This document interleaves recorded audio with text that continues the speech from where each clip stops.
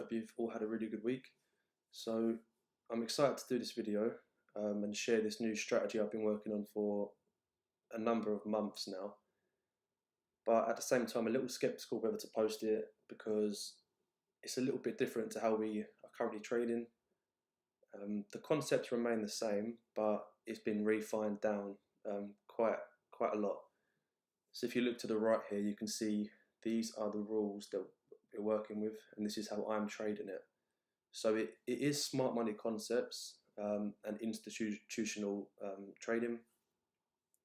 So we're looking for that liquidity and all that good stuff. So if we look here, so what I'm looking for is I'm not going higher than the 1 hour time frame because I've always traded that. Okay, so some people will be looking at the higher time frame, so the 4 hour, daily, even a weekly, but that's not how I like to trade.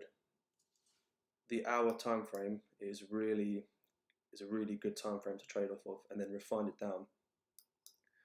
So we're looking for the hour directional bias. So where's the trend or the momentum or areas of interest? So then we can then refine it down to the 15-minute time frame to look for order blocks, areas of interest, and then we can refine them order blocks down on the 5-minute. And then we can execute our trades on the 1-minute time frame. Now you might be thinking, the 1 minute, that's crazy, but the reason we traded the 1 hour time frame only is to eliminate all of discretion. So when we are trading the 1 hour time frame and we're looking at a setup, it's either a setup or it isn't. So it's there in black and white. But with this way of trading, the discretion is still very minimal. So that's why we can drop down to these very low time frames. And what we're essentially doing is being able to get in trades with 1 pip, 2, 3 pip stop loss, and the trade still makes a lot of sense. So you can imagine the risk to reward on them trades as well, especially if we're targeting 15-minute or 1 hour previous highs or lows. Like some of the trades can be 50 up to 100%. It's crazy. So I'm going to share it with you how I do it. So now we've gone over the rules, what I'm looking for. I'm just going to go through a trade. So I'm going to take it back to here, and I'm going to delete all of this off so we can see a blank chart. Now if we look at this price action, what we was previously in was this uptrend. So we was forming higher highs, higher lows, higher high, higher low. So at the point here, we had this one candle, but I wouldn't classify this as a higher low once this new high was formed. So the higher low would still be here. You can see we then pulled down, breaking, showing us a change in momentum, and then we had a lower low, and then this would be our new lower high. And you can see we pushed up, but we wicked it and we didn't actually close. And now we're sort of a little bit messy, but we can still trade this. So you look to see what we have here is a range, and then we do have a push down with some momentum, which broke this low here. So it broke structure. So I'm just going to place that on. So it's broke that low there, and I'm just going to take this off for a second. So this candle here is the last bullish candle before that momentum kicked in that broke structure. So this is our hourly order block. So this is a very good area of interest that we can look at for price to potentially come back up to, and then we can look for sells. So if we also look at this bit of price action, we can see it's ranging, but what do we have? Well, we have equal highs here, and what equal highs is, it basically means that there's liquidity above it. So there's stop losses and a lot of money above the equal highs. So what price tends to do is push up, because you've got to think of what retail traders are looking at here. So double top, a corrective move up to this double top area. So there's going to be a lot of traders looking to sell this. So what that means is it's likely for price to push up higher, take their money, which is going to fuel the move down potentially. So one thing with equal highs as well, it hasn't got to be actually bang on equal. It's just got to be, the concepts have got to be there, you know. So it could push up a little bit or wick above. But yeah, so if we look down here as well, so you can see here we have equal lows, but it's not matching perfectly. But it's still, the concepts are the same. So now we know this, we can just wait for price to potentially push up to our area of interest. And I will drop to the 15-minute, and I'm going to refine this order block. So let me just zoom in. So this little candle here is our order block, because the next candle is when the momentum came in that broke structure. So I'm going to mark that on, and let's make it green. Drag it over. So we know if price comes into our areas of interest, we can then drop down. So let's just run it forward a little bit. Okay, so you can see price has pushed up above the equal highs. Just going to drop down to the 5-minute now. And you can see we're clearly making higher highs and higher lows here. And this is quite an impulsive move up, which is left imbalance. So what imbalance means is it's been all buyers and sellers haven't had a chance to get involved. So more times than not, it's going to fill that area. Okay, so just going to run it forward a little bit and see if we can push up a little bit higher. Okay, so here we've tapped into the 15-minute order block. So what I'm going to do is drop down to the 1-minute time frame. And right, so we're clearly making high highs, higher lows. At this point here, this is our higher high, and this is our higher low. So I'm just going to mark that on. Okay, so that's our low. What we would need to see from here is, as price has tapped into the 15-minute order block, only slightly, but we would need to see an impulsive move down, because you've got to think, if we saw an impulsive move down from here, just like our break and pullback entry, so we're looking for that ascending nature, impulsive move down, breaking the most recent low, and then we look to get involved. But if we got this, what is that leaving behind? Well, it's leaving behind an order block, right? So the order block would be up here, break of structure. So once we have this impulse down, we can set our entries at that order block, and then we can expect the move down. So let's see what happens with price action. Okay, so I'm just going to zoom in a little bit. Okay, so we've now pulled back and pushed up, closing above the high. So we have a new low around here. So this is where we want to see price break. So let's wait. So it's broken, but it's corrective. It's not any momentum there. And okay, this is good. So this is our low, and now we've actually tapped into 50% of the 15-minute order block, which is this green box here. And this is our low, this is our high. Another thing to note with price action is once we made this new high here, we actually had a lot of momentum. It broke with momentum. Now we're making highs here, so we had a high, high and a high. Can you see how they're barely making highs and this price action is corrective? So it's showing us that this order block is being respected and potentially we can see that sell off. So run it forward. Okay, so here this is what we want to see. So we've had an impulsive move down which broke structure, so it broke this low, showing us sellers are looking to take over. So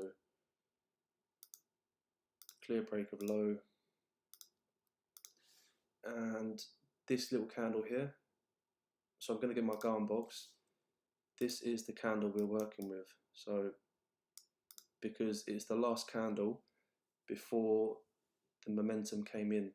But as it's a little bit little, what I would like to do is just account for this wick here on the previous candle.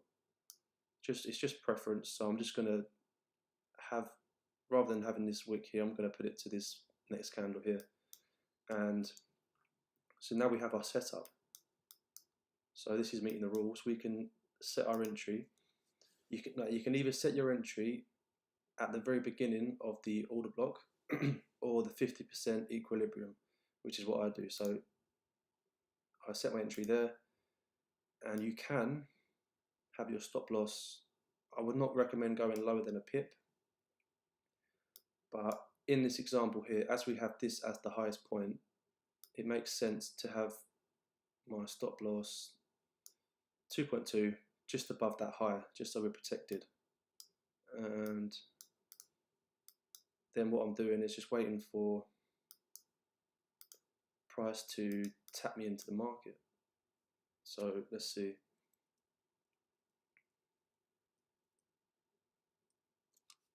Okay, so I'm in the trade now,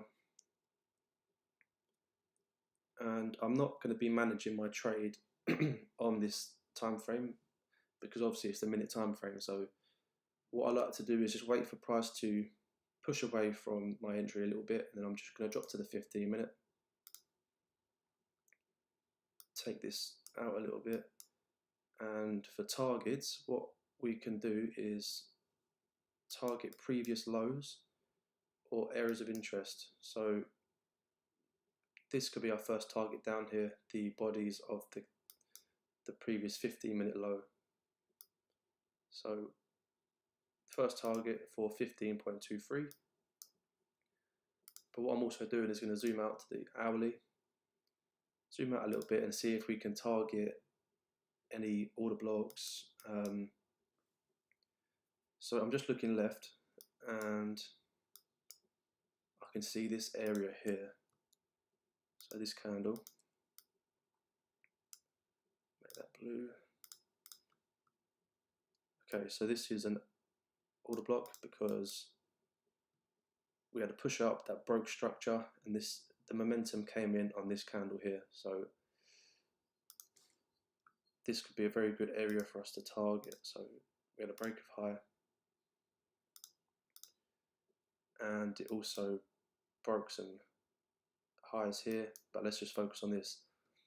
Now, one thing to note is once we broke above here, if price was to come back and tap into this order block, it basically means that this transaction has been completed. So it doesn't really give price a reason to come back to this area in the future. But as you can see, once we broke up, we haven't actually come back to this area, so it gives price a reason to do so. So back to the 15-minute, and you can see just how it played out on the hourly because it went forward a little bit, but let's see what happens. So at this point here, I would move my stop loss to just below break even to lock in some profit. And yeah, now I'm just waiting for a little bit of structure. As you can see, we haven't got it, we just impulse down straight away. So running around 12%. Now, let me just zoom out a little bit. So you need to understand why a price is doing this. So a double top was formed here. Price come up, grabbing liquidity, tapped into our hourly order block and then our 15-minute order block before then fueling the move. So we took all the money from here, which fuels this move down. Now I've marked this on here because we have equal lows, so we also have sell side liquidity under here, so that's why it's also a good area for us to target. But let me just go through and see what we get. So okay, so at this point here I would lock in some profit because we have this counter trend move and then we made a new low. Just like how we manage our trades, this is what we want to see. So you can either manage directly on the high or give it a little bit of room to breathe. Let's keep going. Okay, so let's just zoom out. So you can see, look at the momentum that we got. So if we zoom into our entry, look how precise we are able to be. So we've literally, it's tapped into our entry and then it's aggressively impulsed down. And if we was to have our take profit at this beginning of this order block, then we'd be able to trade for 22.73. But I don't tend to set take profit levels. I more so just manage how we already do with the trailing stop loss. But you know, 22% in, how long has that been? So 2 hours. So you know, that's crazy. But let me just keep going. And the reason why I don't like to set take profit levels is because there's no saying that this couldn't pull back and then shoot down another, you know, 20, 30, 40 pips, which obviously is a lot of percentage when we're using a 2 pip stop loss. So that's the reason why. But as we know that we've tapped into this order block, we need to understand it could give us a reaction. So it's just something to note there. Okay, so now we've made a pullback and a new low. I'm going to lock in some more profit. So I want to be a bit more aggressive now. So I'm going to lock in on this candle for 18.14. And let's see if we get taken out. Okay, actually, so I'm going to lock in more profit because we've pushed down, so we could definitely pull back here. So I'm going to lock in profit at that order block for 22.68. And so we've been taken out of the trade. So let's just zoom out. So let's see what happens at this area. So we're ranging, yes, and then we push up. So you can see the power of these order blocks, areas of interest. But yeah, that's the trade. That's what I'm going to leave it with today. I don't want to give you too much information, but if you are struggling to understand it, you know, it takes time to understand. So I'm going to do separate videos where I'm going to go into order blocks, equal highs, equal lows, liquidity, all of this stuff, pricing efficiency. So don't worry, it's all coming. But if you have any questions about the strategy, then feel free to message me on Telegram, and yeah, I'll get back to you over the weekend. So I hope you all have a really good weekend, and let's get ready for next week. So take care, everyone.